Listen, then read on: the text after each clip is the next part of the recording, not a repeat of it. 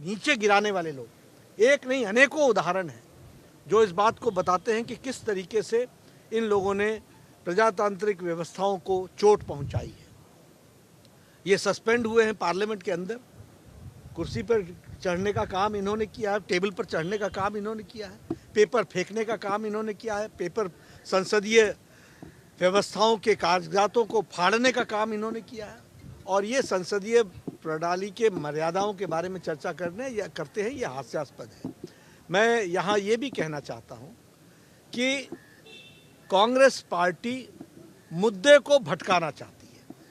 They want to deviate and divert the issue. The issue is very clear that the countryman are very much disturbed जब उनको ये पता चलता है कि एक सज्जन, एक व्यक्ति जॉर्ज सोरोस नाम का, वो देश की स्टेबिलिटी को डिस्टर्ब करना चाहता है, वह देश को मुसीबत में डालना चाहता है, वह भारत की संप्रभुता को पर प्रश्न खड़े कर रहा है।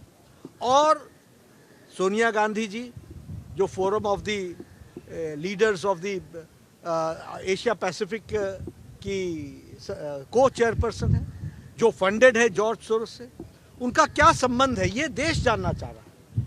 आज ये जो जॉर्ज सोरोस बड़े स्पष्ट शब्दों में कहता है कि मैं वर्तमान व्यवस्था को डिस्टर्ब करूंगा, जो कहता है कि मैं मोदी जी की गवर्नमेंट को पदच्युत करने के लिए, डिस्टेबलाइज करने के लिए मैं फंडिंग करूंगा, उनके साथ सोनिया गांधी जी का क्या संबंध है ये देश जानना चाहता है। इस मुद्दे को भटकाने के लिए इस तरीके का प्रयास कांग्रेस पार्टी कर रही है। हम इसका पुरजोर भर्त्सना करते हैं, निंदा करते हैं, और इस तरीके की व्यवस्था को हम जनता के बीच में भी ले जाएंगे और उनको बताएंगे कि किस तरीके से कांग्रेस पार्टी का गैर जिम्मेदाराना रवैया रहा है। So what is the way forward? So what is the way forward? Way forward, everybody will have to think accordingly. What I am saying, that has to be addressed and taken care. And it depends upon the